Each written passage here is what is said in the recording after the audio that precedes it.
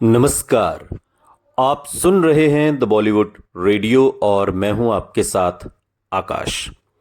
दोस्तों, आज के इस पॉडकास्ट में हम आपको साल 1942 के दौर में ले चलेंगे। राजेश खन्ना की बात होगी, उनके जन्म की बात होगी और उनके सबसे सीक्रेट किस्से की बात होगी। राजेश खन्ना की निजी जिंदगी के सबसे सीक्रेट किस्से। एक बार एक इंटरव्यू में काका से एक जर्नलिस्ट ने पूछा, हमें अपना कोई सीक्रेट बताइए। राजेश खन्ना ने जवाब दिया कि अपनी सीक्रेट कभी मत बताओ। 29 दिसंबर साल 1942 के दिन, जब हिंदुस्तान आज़ाद नहीं हुआ था और बंटवारा भी नहीं हुआ था, अविभाजित भारत के लाहौर में नंदलाल खन्ना और चांदरानी खन्ना के घर एक बच्चे का जन्म हुआ और इस लड़के का नाम बड़े लाड प्यार और दुलार से जतिंदर रखा गया। वो अपने माता पिता की तीसरी संतान और दूसरा बेटा था।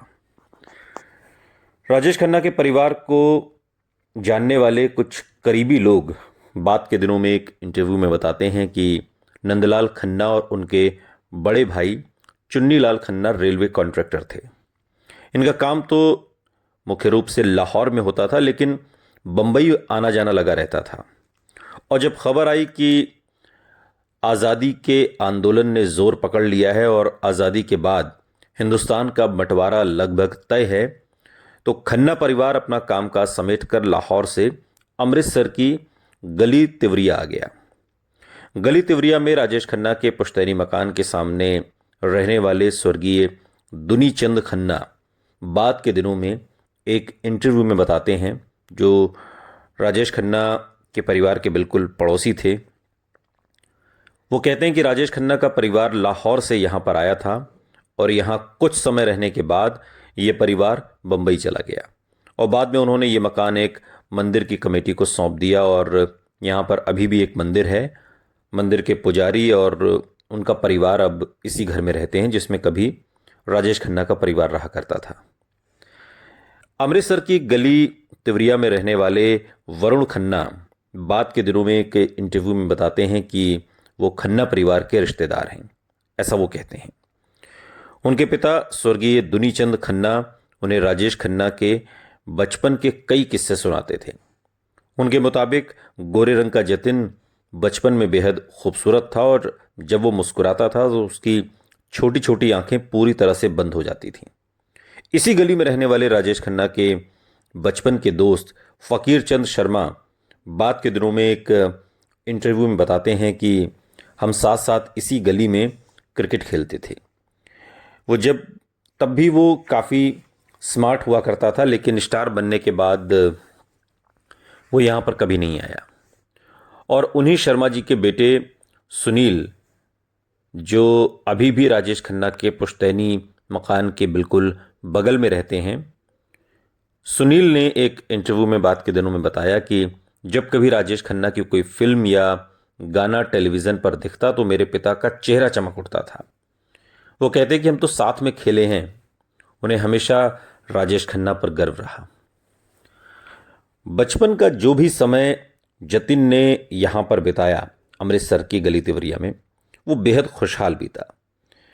राजेश खन्ना के बाद के दिनों में बहुत करीबी रहे भूपेश रसीन, वो बताते हैं कि देश के बंटवारे के बाद उनके पिता के बड़े भाई चुन्नीलाल खन्ना ने अपना सारा काम बंबई में जमा लिया और वहीं पर बस गए। चुन्नीलाल और उनकी पत्नी लीलावती खन्ना के कोई संतान नहीं थी, जबकि नंदलाल और चांदरानी के 6 बच्चे थे। सबसे बड़े भाई नरेंद्र खन्ना, उसके बाद बहन चंचल खन्ना, तीसरे नंबर पर जतिन और फिर 3 बहनें विजय, कमलेश यानी कमली और सबसे छोटी मंजू खन्ना। खन्ना परिवार में आपस में जो भी तय हुआ हो, लेकिन नंदलाल और चांदरानी के छोटे बेटे जतिन को नंदलाल के बड़े भाई चुन्नीलाल और लीलावती खन्ना ने गोद ले लिया। यानी कि राजेश खन्ना अपने माता पिता की गोद ली हुई संतान थे, जिन्हें वो अपना माता पिता बताते थे। जतिन की जिंदगी में हुए इस अहम बदलाव की सही वजह कभी सामने नहीं आई। उस दौर के पारंपरिक पंजाबी समाज में ऐसी बातें होती थी। अगर एक भाई की संतान नहीं है तो वो अपने भाई या बहन या किसी रिश्तेदार की संतान को गोद ले लेता था। आमतौर पर पंजाबी परिवारों में बड़े भाई को अक्सर परिवार के मुखिया का दर्जा दिया जाता था और घर के सभी बच्चों के लिए वो पिता समान होता है। वजह जो भी हो, अपने नए माता पिता के साथ एक नई जिंदगी शुरू करने जतिन बंबई आ गया, लेकिन इस घटना ने उसके अंतर्मन पर क्या असर डाला, उसे कितनी तकलीफ हुई, इसका अंदाजा शायद किसी को नहीं हुआ। क्या ऐसा हो सकता है कि शुरुआत में ही उसे समझ में ही नहीं आया हो कि उसके माता पिता अचानक से कहाँ गायब हो गए? वो भाई बहन जिनके साथ वो खेलता था, वो अब नजर क्यों नहीं आते? काफी वक्त तक वो इन सवालों से उलझा रहा होगा छोटा जतिन। लेकिन धीरे धीरे उसके जहन में बंबई से अमृतसर के बीच की दूरी बढ़ती गई। ये दूरी इतनी बढ़ी कि शायद यादों का सफर भी मुश्किल हो गया। लाहौर, अमृतसर और बंबई, इन शहरों में जो घटनाएं घटी वो सब खन्ना परिवार की अतीत की तिजोरी में बंद हो गई। राजेश खन्ना ने इस बारे में कभी खुलकर कुछ नहीं कहा, न ही उनके परिवार का कोई सदस्य इस बारे में बात करना चाहता है। मैंने उनके परिवारों, जो एक इंटरव्यू लेने वाले थे, उन्होंने कहा कि मैंने उनके परिवार के कुछ करीबी लोगों से इस बारे में बात करने की कोशिश की, लेकिन उन्होंने निजी मामला बताते हुए इन घटनाओं पर रोशनी डालने से साफ इनकार कर दिया, जो परिवार के सदस्य अब हैं। अलग अलग इंटरव्यूज में और रिपोर्ट्स में कई बातें सामने आती हैं। कुछ रिपोर्ट्स ये कहती हैं कि राजेश खन्ना का जन्म स्थान लाहौर नहीं बल्कि अमृतसर है। वहीं कुछ खबरों के मुताबिक उनके जन्म का स्थान पाकिस्तान के बूरेवाला में बताया गया है। लेकिन बचपन की यादों को इस हद तक छुपाना कहीं ना कहीं ये इशारा करता है कि उन घटनाओं ने कहीं ना कहीं उनके व्यक्तित्व पर गहरा असर डाला होगा। उम्र के इतने नाजुक पड़ाव पर असली माता पिता का साथ छूटना और नए माता पिता के साथ जिंदगी की शुरुआत आसान नहीं रहा होगा। नई दिल्ली के institute of human behaviour and allied sciences के एक वरिष्ठ मनोचिकित्सक की राय में ऐसी घटनाएं अक्सर बच्चे के मन में अजीब उलझन पैदा कर सकती हैं।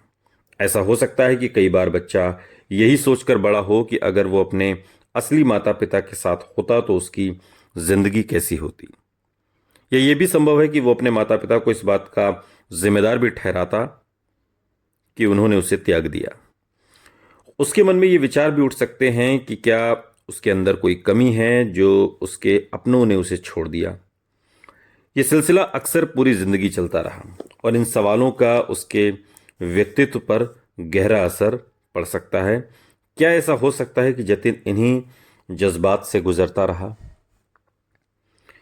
मनोचिकित्सक के मुताबिक कई बार ऐसे लोगों को आगे चलकर अपने करीबी रिश्तों में काफी परेशानियों का सामना करना पड़ता है।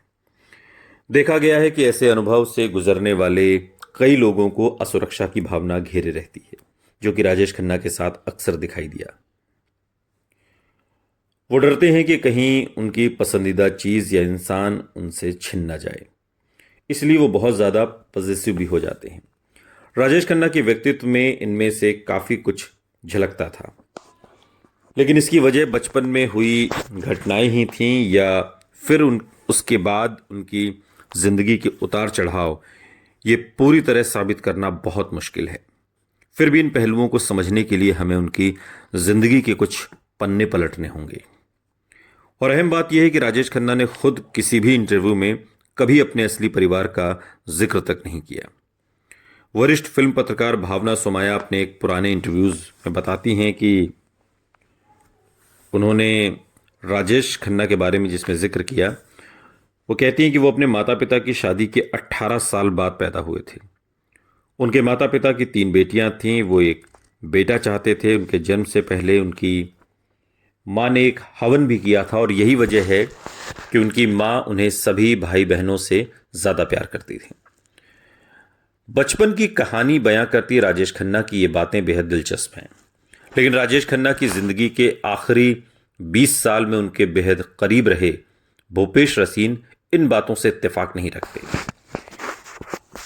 मेरे सामने ही भूपेश ने राजेश खन्ना की सगी बहन चंचल खन्ना के बारे में बात की।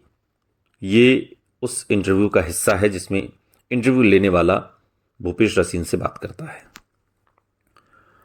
और वो कहते हैं कि चंचल खन्ना ने बताया वो राजेश खन्ना के बयान से बिल्कुल अलग हैं। चंचल के मुताबिक वो 6 भाई बहन थे, 2 भाई 4 बहनें, जिसमें राजेश खन्ना तीसरी संतान थे और उनके माता पिता की पहली संतान भी एक लड़का यानी कि नरेंद्र खन्ना थे। उन्होंने ये भी बताया कि राजेश को गोद लेने वाले चुन्नीलाल और लीलावती खन्ना की कोई संतान नहीं थी। साफ जाहिर है कि अपने जन्म और भाई बहनों की जो कहानी राजेश खन्ना ने अपने इंटरव्यूज में बताई, उनकी सगी बहन की बताई गई बातों से वो मेल नहीं खाती। क्या इसकी वजह यह थी कि वो अपनी सुपरस्टार वाली छवि को ध्यान में रखकर अपने बचपन की एक ड्रामाई कहानी सामने रखना चाहते थे, या फिर वजह यह थी कि बचपन की उस घटना को वो अब भी पूरी तरीके से नकारना चाहते थे? अपने बचपन की जो भी कहानी राजेश खन्ना सुनाते रहे, उसमें कभी भी ये साफ नहीं हुआ कि वो अपने कौन से माता पिता का जिक्र कर रहे हैं। वो हमेशा ये बताते हैं कि उनका बचपन बेशुमार खुशियों से भरा था। अपने इंटरव्यूज में उन्होंने एक बार पाकिस्तान का जिक्र भी किया। मेरा नामकरण संस्कार कराची के एक छोटे से गांव धपालपुर में हुआ था। वहां हमारे कुल देवता का मंदिर था। आज भी जब मैं प्रार्थना के लिए अपनी आंखें बंद करता हूं तो मुझे महसूस होता है कि मैं उसी मंदिर के भगवान से बात कर रहा हूं।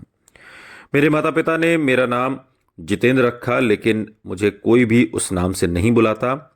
घर में मुझे हमेशा काका के नाम से बुलाया जाता था। उत्तर भारत में आमतौर पर घर के छोटे बच्चे को काका के नाम से पुकारा जाता है। ये तमाम बातें राजेश खन्ना ने बाद के दिनों में अपनी निजी जिंदगी के सवाल पर कहा था। अपने इंटरव्यूज में वो आगे कहते हैं कि मुझे ऐसा एक ही वाकया याद है जब मेरी मां नाराज होकर मुझ पर चीखी थी। मैंने दूध पीने से साफ इनकार कर दिया था। मुझे दूध से नफरत थी और हर रोज मैं दूध से भरे उस ग्लास से बचने के तरीके सोचता था। कभी सिर दर्द का बहाना तो कभी पेट दर्द का, लेकिन मेरी मां सब समझती थी और वो कहती थी कि तुम समझते हो तुम लीलावती को बेवकूफ बना सकते हो। और इतना कहते हुए वो जबरदस्ती दूध से भरा गिलास मुझे पिला देती। ये राजेश खन्ना के उन चंद इंटरव्यूज में से एक है जहां उन्होंने अपनी मां का नाम बताया है, मगर उस मां का उन्होंने नाम बताया जिन्होंने उन्हें पाला, उस मां का नहीं जिन्होंने उन्हें जन्म दिया। जहां तक उनके असली माता पिता का सवाल है, ना तो राजेश खन्ना ने अपने किसी इंटरव्यूज में उनका जिक्र किया और न ही कोई ऐसी बात कही जिससे उनके अस्तित्व का कोई इशारा मिले। क्या वो अपने अतीत को पूरी तरह साफ कर देना चाहते थे?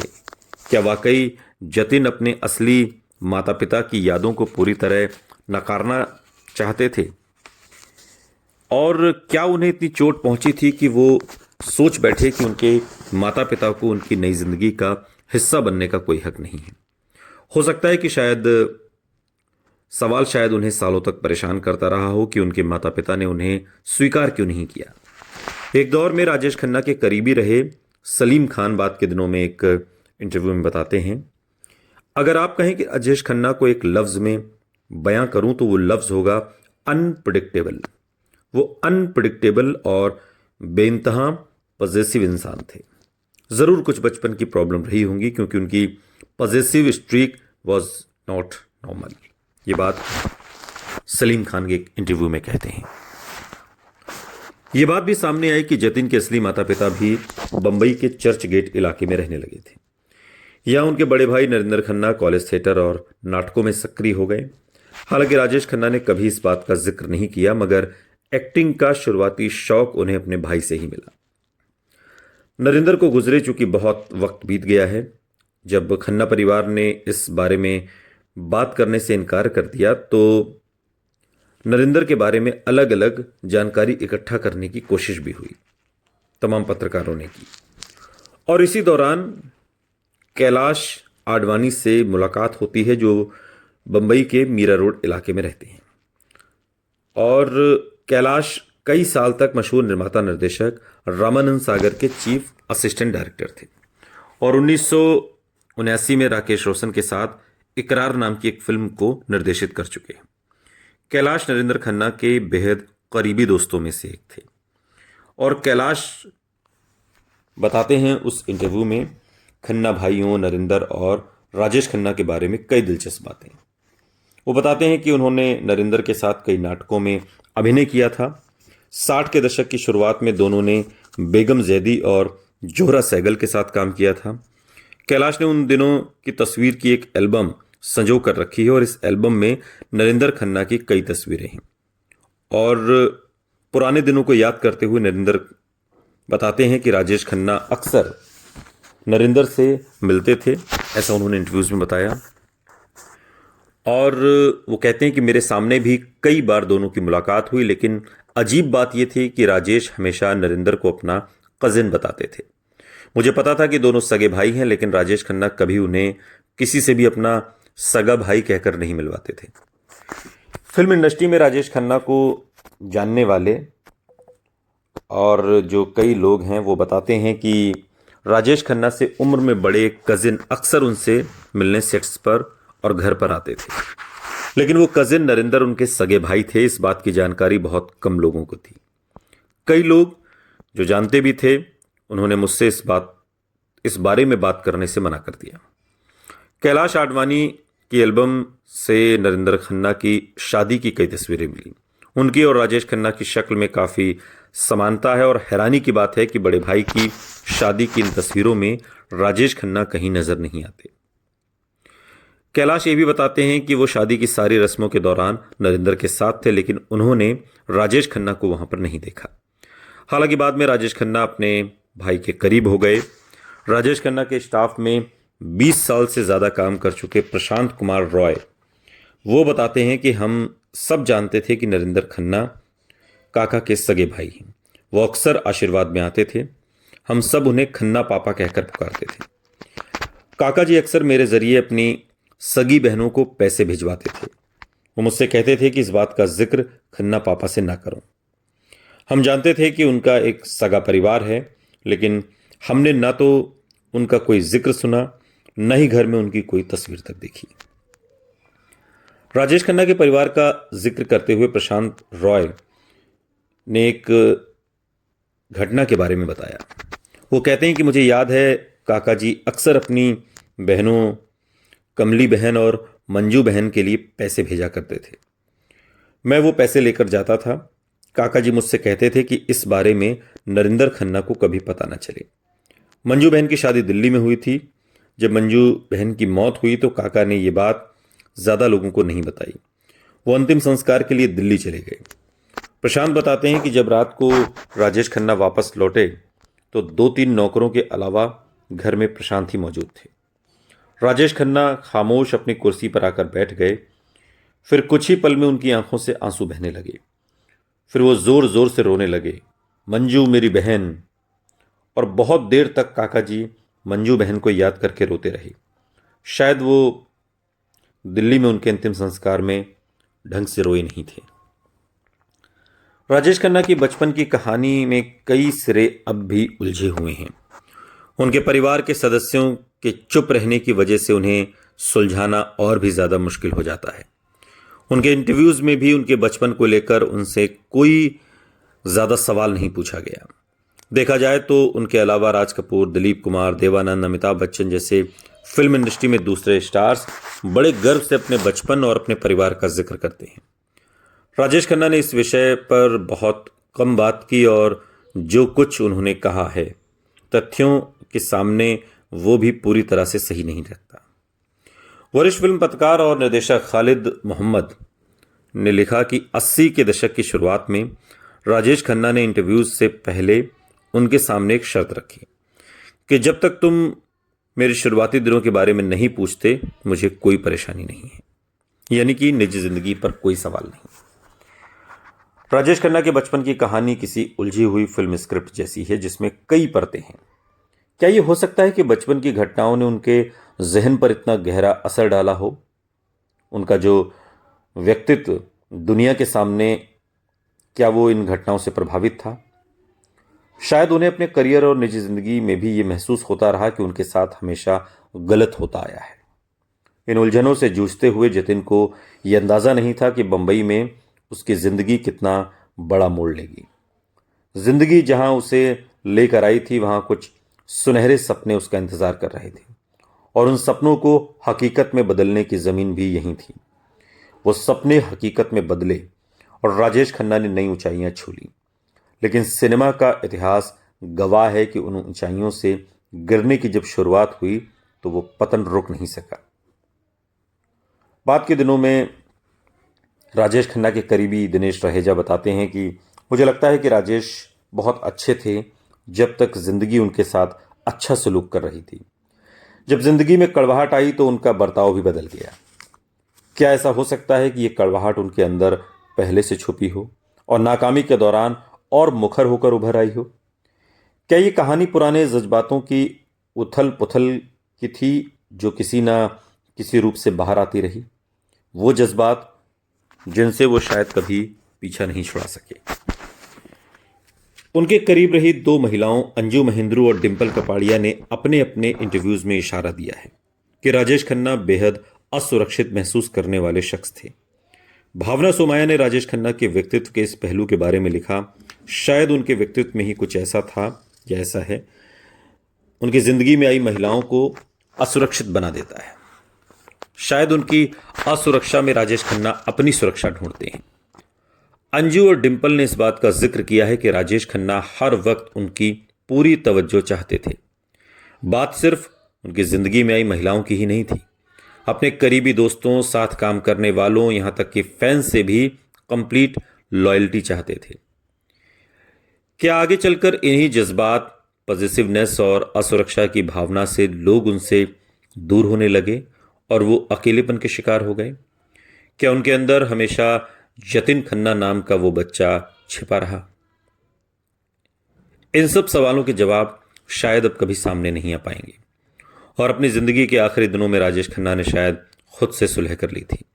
अपने परिवार और जिंदगी के अहम लोग भी उनके पास लौट आए थे, लेकिन शायद जिंदगी के आखिरी दिनों तक राजेश खन्ना को अपने कमबैक की ख्वाहिश रही, चाहत रही कि उनके फैंस भी वापस लौट आए। वो फैंस जिन्होंने उन्हें सबसे अमूल्य दीवानगी की हद तक और बिना शर्त प्यार दिया। अपने फैंस के प्यार में जतिन खन्ना किसका प्यार तलाश रहा था? एक बच्चे के लिए किसका प्यार सबसे ज्यादा अमूल्य और बिना शर्त वाला होता है? यह सवाल राजेश खन्ना के साथ बिना जवाब के चला गया। सुनते रहिए द बॉलीवुड रेडियो, सुनता है सारा इंडिया।